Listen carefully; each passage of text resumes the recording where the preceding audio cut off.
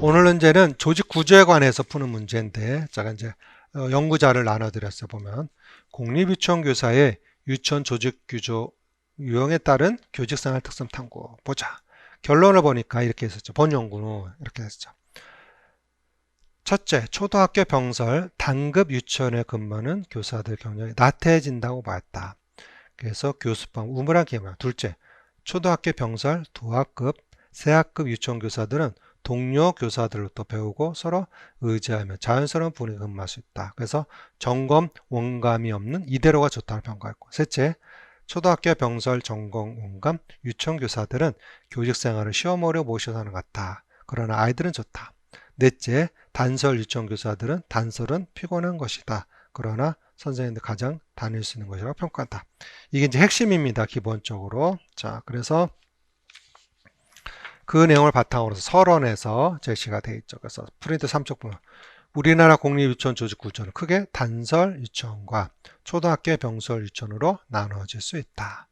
초등학교 병설에서는 학급 규모, 유치원 교육 원감, 배치 현황에 따라서 세 구조로 분류할 수 있다. 그래서 나와 있는 국공립유치원의 수가 나와 있죠. 기본적으로. 자, 그래서 한 페이지 넘어가시면 4페이지 중간에 이렇게 나와 있죠. 자,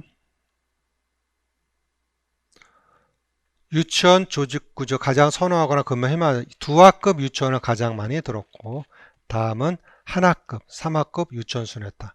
상대적으로 단설 유치원과 유아교육 전공 원감인 세학급 유치원을 가장 덜 선호하게 났다. 희망하지 않는 주된 이유는 교사들은 동료 및 관리자의 인간관계, 원감, 원장과의 감동 및 리더십권을 가장 많이 들고 있기 때문입니다. 이 관련해서 오늘 쓰는 거죠. 그렇게 해서 이제 넘어가시면 쭉 사례가 나와 있어요. 예를 들어서 9페이지 보시면 연구 결과 및 해석. 그래서 거기는 사례 갖고 제가 시험 문제를 만든 겁니다. 예를 들어 보자. 9페이지에 조직구조 A, 초등학교 병설 단급학급 유치원에서는 기본적으로 모든 권한과 책임이 유아교사에 주었다는 점이 되어 있죠. 그래서 한마디로 교사 혼자서 담임뿐만 아니라 원감, 원장 역할도 할 수 있다. 그래서 어떤 기본적으로 터치를 받지 않는 부분이 되지만 10쪽에 가보니만 그러나 이러한 장점이 갖는 이면에는 다른 제약이 따르고 교사 혼자서 모든 것에는 심적 부담이 있다. 그래서 사례도 한번 읽어보셔야 돼 아시겠죠? 자, 그 다음에 11쪽 가면 조직 구성원 간의 역할 인식 및 인간관계 증명. 초등학교 병설교사는 인간관계 형성 면에서나 관련 후 초등학교 조직 구조원의 일부이다. 그래서 외롭기도 하지만 조직 구조 유형보다 초등학교와 더 어울리는 생활을 하게 된다. 자, 그래서 기본적으로 예를 들면 저는 혼자 했을 때는 아무래도 초등학생 관계를 잘했던 것 같고 혼자 해도 각자 해서 따라하면 열심히 하는 사람은 열심히 하는 대로. 세 번째, 교사의 교직생활 태도 및 평가. 해서 볼까 단급 유치원에서는 나태해지고 우물한 개구란식이 되더라. 그래서 12쪽에서도 13쪽까지 그 설명이 되어 있고 13쪽에 이제 초등학교 병설 두학급, 3학급의 유치원 그래서 교사 교육과 직무 특성 봐야 될 것이고 그래서 쭉 14쪽에 조직 구성 역할 및 인간관계 특성 자, 그 다음에 넘어가면 우리가 17쪽 교사의 교육생활 및 태도 및 평가. 그거 다 읽어보셔야 돼, 밑에. 그 다음에 이제 18쪽.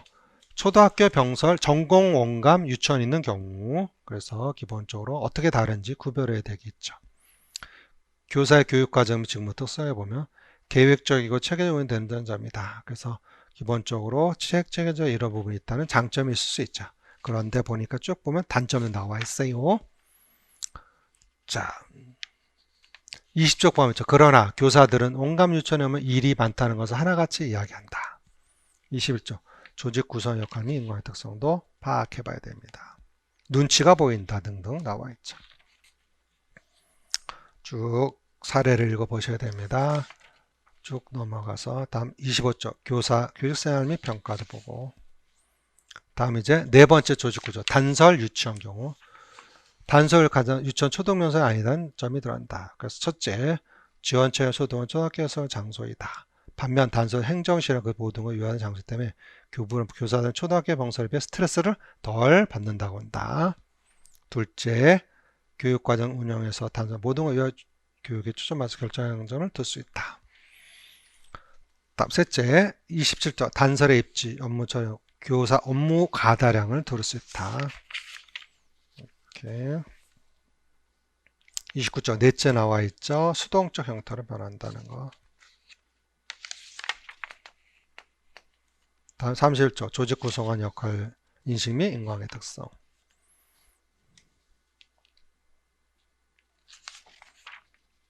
쭉 해서 사례들을 꼭 읽어봐 주셔야 돼요. 36조 교사의 교직생활 때 평가까지. 이걸 바탕으로 해서 이번 논제를 제가 만든 겁니다. 아시겠죠? 그래서 도전해 보시고 틀려도 좋으니까 계속 첨삭을 받을 수 있도록 노력해 주면 좋겠습니다. 자, 열심히 노력하기를 부탁드리고 여러분들이 이제 얼마 남지 않았어요. 최선을 다해주길 부탁드립니다. 파이팅!